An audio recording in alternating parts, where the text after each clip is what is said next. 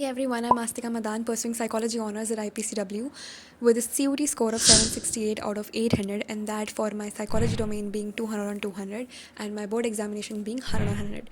Moving on to your preference list, I did suggest you how to frame your preference list in my previous video, but in this video I would like to come up with some tweaks. That was my preference list, and today I would like to improvise on that based on the experience I've had over the last 1 year and the network that I've built across the psychology department DU.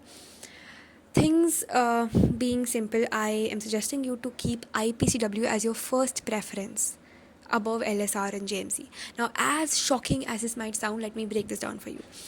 While I was framing my preference list, my uncle suggested me to do the same, but I did not. But he had some backings to his proposition. Number one being that the ad hoc faculty for psychology at LSR has been replaced. Apparently, IPCW stands out to be the only college which has its experienced faculty intact. Combining that with the discussion I had with my friend, I'm attaching the screenshot right here. It says that only two of these experienced teachers for psychology are, intact with LSR, and it's a sheer case of luck if you get them or not. So, considering both of the things, I would not suggest you to compromise your academic ventures if you're very much into psychology.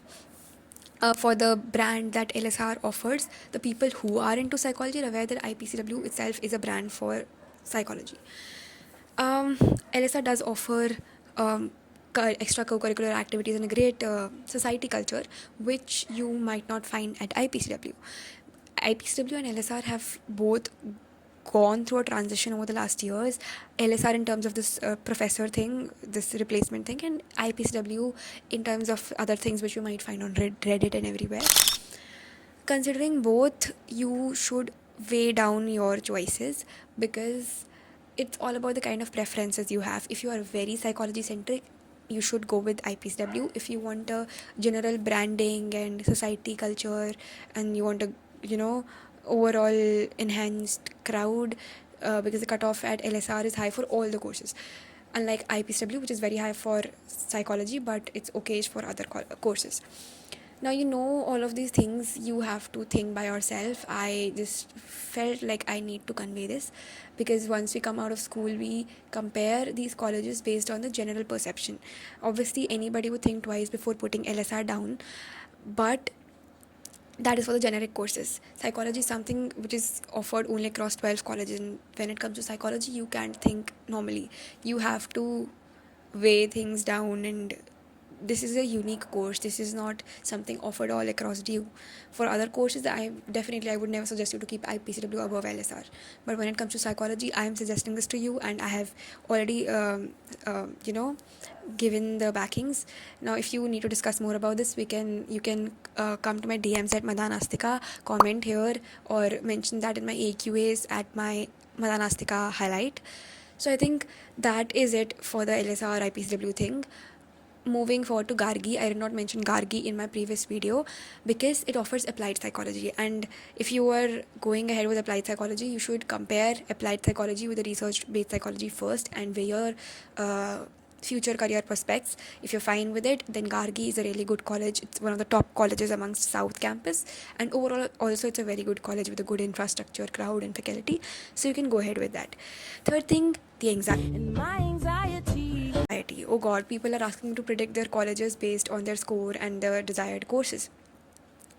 It's of no use because your preference list should not be affected by your chances of getting into that college. It should be based on your true preference. And if you think that I am placing this as my fourth preference and the other child is preferring it, they have this as their first preference, the chances of them getting it is more than mine. No, that's just a myth.